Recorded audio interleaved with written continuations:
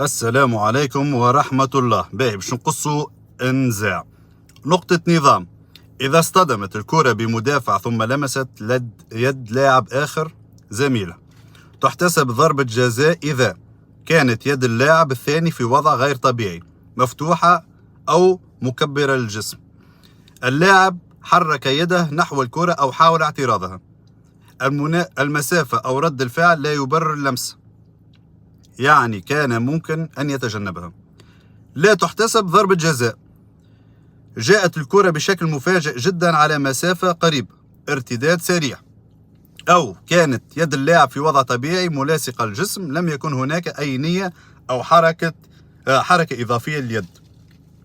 نقطة مهمة: حتى لو الكرة لمست مدافع، أولا الحكم ينظر إلى وضعية يد اللاعب الثاني وتصرفه، وليس فقط لمس الكرة السابق.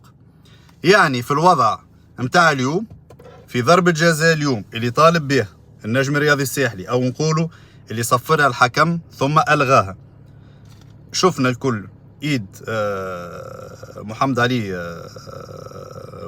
محمد أمين بن حميدة، إنه يده كانت لاصقة لجسمه. شفنا إنه جبد يده باش يبعد على الكورة. شفنا إنه هي كانت جات بصفة فجئية ليه. دونك الشروط الكل تقول، أو الوضعية الكل تقول، إنه لا وجود لضربة جزاء. داكوردو، هذا بلغة القانون، وكنت نحكيكم توا في بند من بنود كرة القدم، مش كلامي أنا، حتى شفت هكا نقرأ من الباج.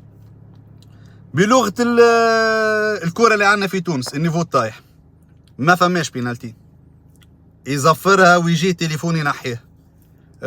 عرضونا، ما عندكم ما تعملون. هذا بلغة بتاع تحت الحيط. به. ثالثا، محمد علي نفخة، بن شوق، كشريدة، قبو، الكلهم تحس انه ماتش العمر يلعبوا فيه اليوم ضد الترجي.